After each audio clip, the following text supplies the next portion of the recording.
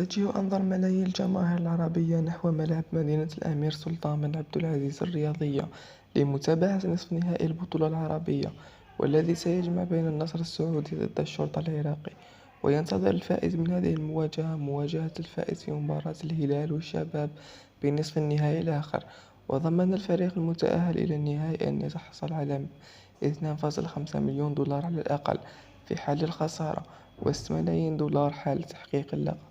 بالنسبة للشرطة فإن السعي واضح، وهو مواصلة الأداء المبهر في المسابقة. فبعد إقصاء السد وقبلها الثنائي المخضرم ترجي وصفاقسي، سيكون إخراج النصر بقيادة نجمه كريستيانو رونالدو أكبر مفاجآت نسخة 2023 من البطولة العربية.